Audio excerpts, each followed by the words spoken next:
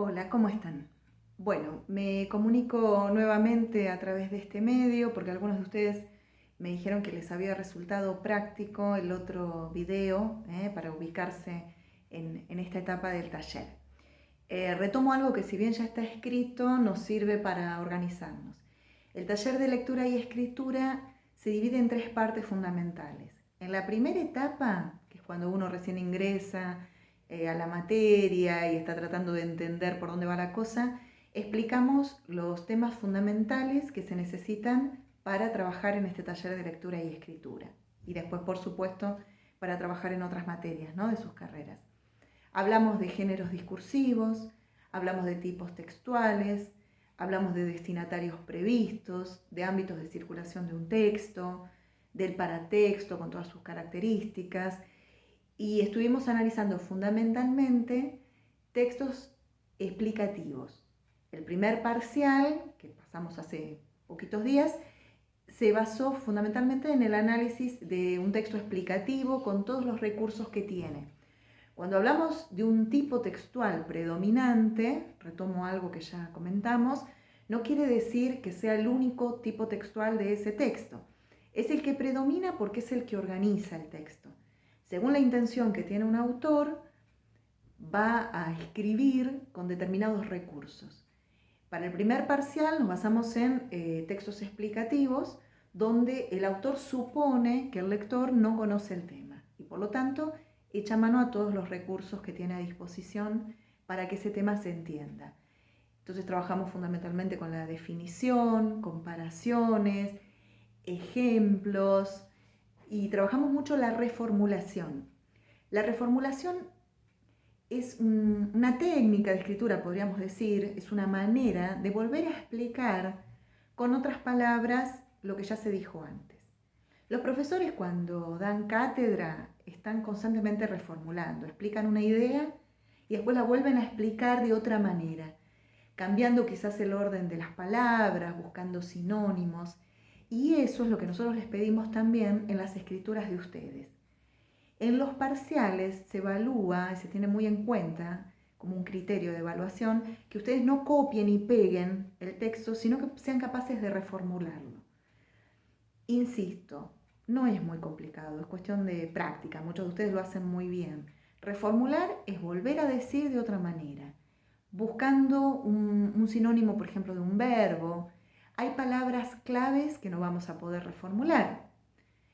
Si son palabras técnicas, si son muy específicas de un texto, de un área, no las voy a cambiar. Pero si puedo, busco algunos sinónimos, cambio el orden de la oración.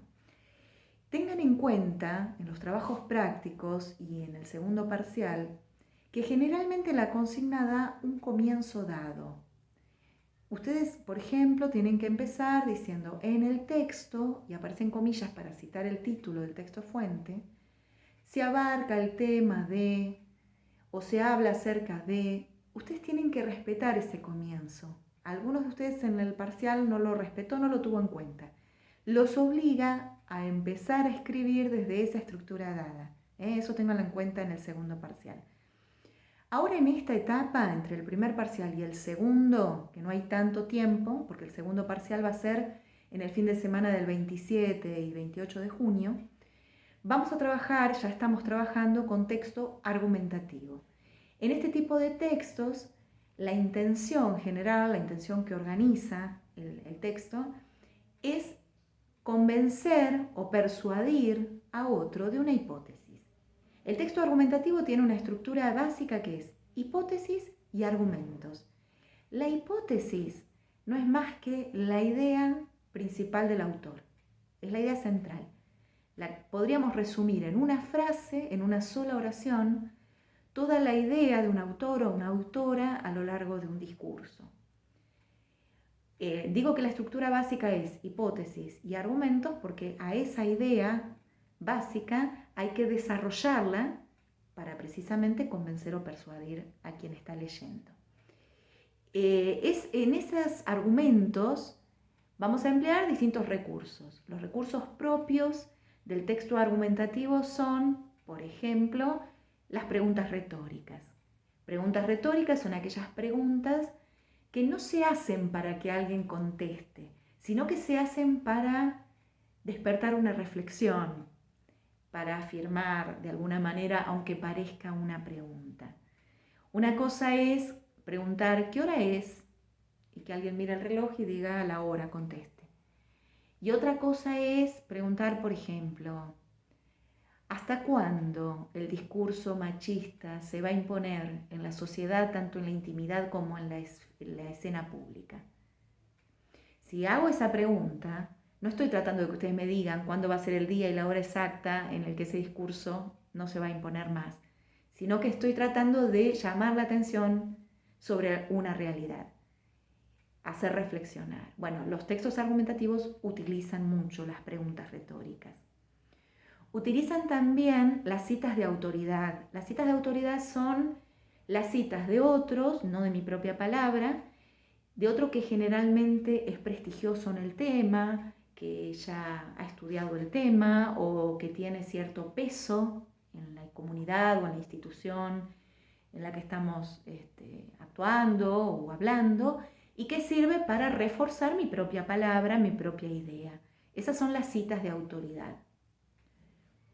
Hace muchos años un grupo de alumnos del secundario tenía que argumentar a favor y en contra de la venta de bebidas alcohólicas a menores. Y los que estaban a favor habían citado a René Favaloro.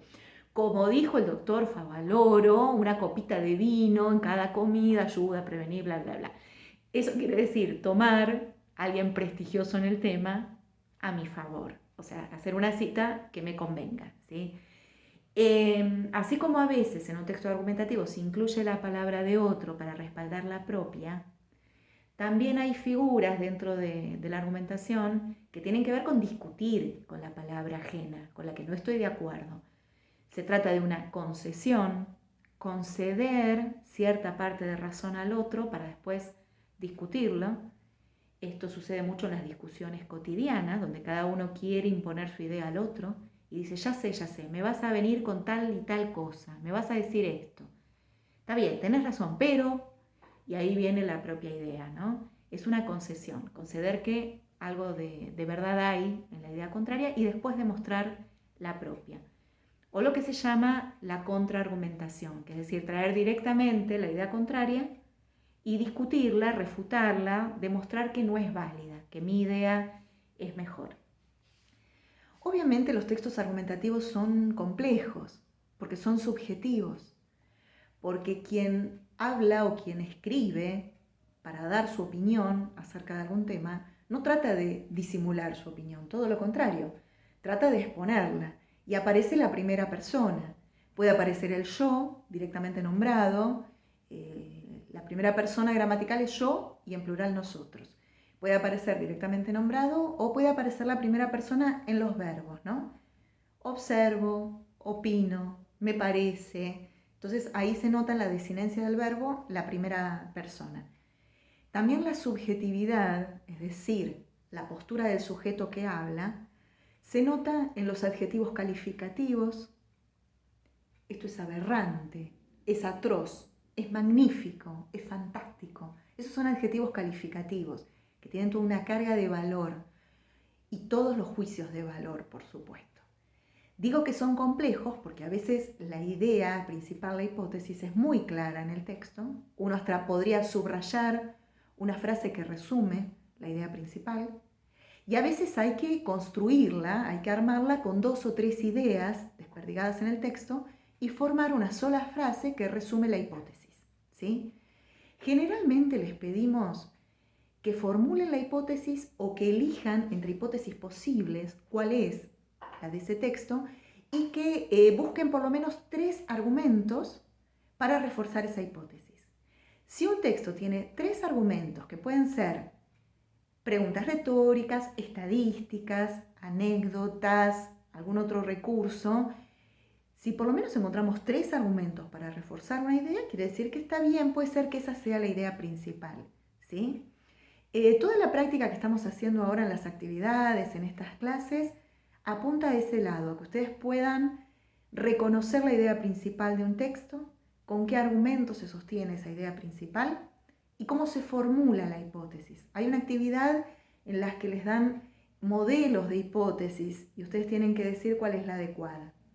En los foros yo también les propuse ver un pequeño video de Liliana Bodoc, me encantaron los comentarios de muchos de ustedes. No es obligatorio, pero ayuda a la práctica. Que escucharan 12 minutos de la charla TED de esta escritora argentina, que fue Liliana Bodoc, y que pudieran aventurarse a resumir la hipótesis. Y lo hicieron muy bien.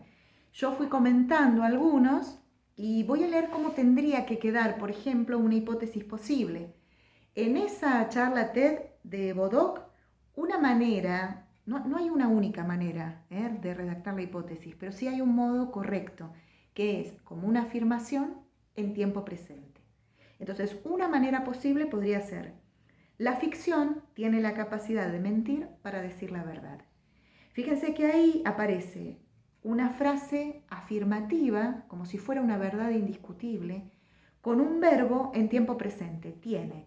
La ficción tiene la capacidad de mentir para decir la verdad. Esa es una posible formulación de hipótesis, ¿sí? Otra posible de formulación de hipótesis es: la única mentira amable es la mentira de la literatura. Ahí aparece el verbo ser en presente, es. La única mentira amable es la mentira de la literatura.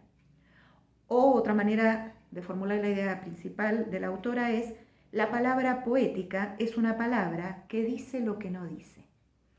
Fíjense cómo son afirmaciones, insisto en esto, ¿sí? Que resumen. Después ella con muchas anécdotas, con citas de autoridad, con ejemplos, va a fortalecer la idea principal, ¿sí? Recién dije ejemplos, y ejemplos lo nombré como un recurso propio de lo explicativo. ¿Cómo es esto? ¿En un texto argumentativo puedo usar recursos de otros tipos textuales? Sí, porque nosotros hablamos de un tipo textual predominante que organiza el texto, y aunque lo que predomina es la argumentación, tratar de persuadir o convencer a otros de una idea propia, obviamente se pueden incluir fragmentos de otros tipos textuales. Por ejemplo, de un texto explicativo. Yo puedo incluir en mi argumentación ejemplos. Cuantos más ejemplos dé, mayor posibilidades tengo de convencer, ¿verdad?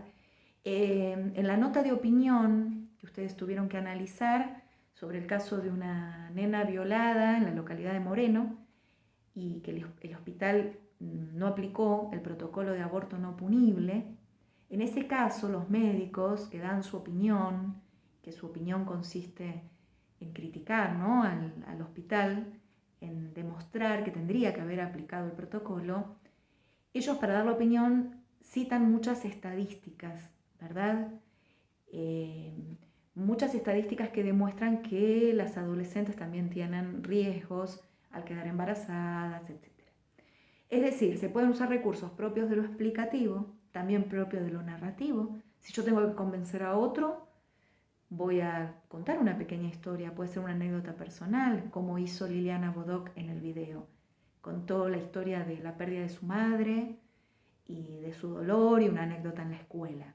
Es decir, incluyó un fragmento narrativo dentro de esa argumentación, ¿sí? Los textos argumentativos entonces tienen fundamentalmente una idea principal, por eso el escritor se tomó el trabajo de escribir el texto, sustentada esa idea principal con una serie de argumentos. Y obviamente, para argumentar, partió de una problemática. Los textos que nosotros analizamos y ponemos como ejemplos son textos que observan la sociedad, que vienen desde el periodismo, la historia, la sociología. Son textos en los que la problemática es una problemática, generalmente de la actualidad, y a partir de esa problemática el autor tiene una opinión personal, genera una hipótesis, ¿sí? Por eso a veces en las ejercitaciones les pedimos que ustedes puedan discriminar en el texto la problemática. ¿Cuál es la problemática que disparó esta argumentación? A partir de esa problemática, ¿cuál es la idea del autor? Algunos profesores recomiendan escribir la problemática en forma de pregunta. Si la problemática fuera una pregunta, la hipótesis es la respuesta a esa pregunta. Por ejemplo, En el caso de la nota de opinión de la nena violada en Moreno, la pregunta disparadora de la nota de opinión podría ser: ¿actuaron bien los médicos del hospital de Moreno al no aplicar el protocolo de aborto no punible en este caso puntual? Y la respuesta de los autores es la hipótesis, ¿sí? En el caso de la charla TED de Liliana Bodoc, quizás la pregunta podría ser: ¿la mentira esconde alguna verdad? ¿La palabra poética es mentira o es verdad? Y ella genera con la respuesta una hipótesis. Bueno, más o menos por ahí va la cosa. Seguimos en la sala de chat, seguimos en los encuentros de Zoom, si a alguno le sirve y puede conectarse y lo necesita, y lo sigo leyendo a través del foro y por mail. Y ahora me voy a corregir los trabajos prácticos que ya muchos de ustedes estuvieron subiendo. Que tengan una buena semana.